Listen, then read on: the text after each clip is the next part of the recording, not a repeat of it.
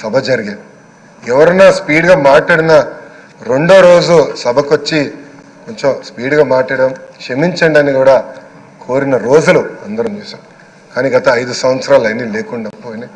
ప్రజలు కూడా ఒక మాటలో చెప్పాలంటే శాసనసభని అసహించుకునే పరిస్థితి వచ్చింది. ఇది చాలా చాలా బాధాకరం. ఇక్కడ చాలామంది మొదటిసారి శాసనసభ్యులు ఉన్నారు. మీ నాయకత్వంలో నేర్చుకునేదానికి మేము ఈ హౌస్కి వచ్చాం. సభ సాంప్రదాయాలు ఏంటి, ఎలా ముందలు తీసుకెళ్ళనేది మీరు మమ్మల్ని అందరినీ గైడ్ చేయండి. యంగ్స్టర్స్గా గతంలో ఎట్లయితే సభ జరిగేదో పెద్దలు ఎలా ఈ సభని నిర్వహించారో నేర్చుకోవాలన్న ఆలోచనతో మేమందరం ఇక్కడికి వచ్చాం. మీ ప్రోత్సాహం ఎప్పుడు మాకు ఉండాలని మిమ్మల్ని అందరినీ అధ్యక్ష వారిని నేను కోరుతున్నాను.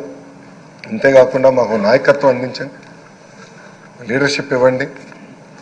హౌస్ని మేమందరం మీరు చెప్పిన మాట మీద నిలబడతాం. గౌరవ ముఖ్యమంత్రి గారు మన మంత్రులు కలిసినప్పుడు మాకు చెప్పారు, ప్రతిపక్ష హోదా లేకపోయినా, ప్రతిపక్ష ఇక్కడ ఈరోజు హౌస్కి రాకపోయినా మనమే ప్రతిపక్షం అనుకోవాలి.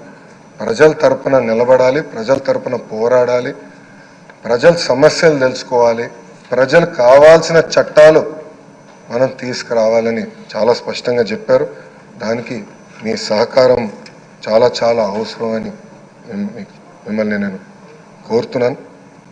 అయ్యన్నథ్ పాత్రుడు గారిపైన ఎన్ని కేసులు పెట్టినా, ఎన్ని రకాలుగా హింసించినా ఆయన ఒకే మాట చెప్పేవారు, నేను తగ్గేదే లేదనేవారు.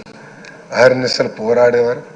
గన్నవరం సభలో కూడా మీరు ఆనాడు వచ్చి మాట్లాడితే కూడా మరుసటి రోజు మీ పైన కేసు పెట్టి నాన్ బెయిలబుల్ వారెంట్ కూడా ఇష్యూ చేస్తాం చూసాం.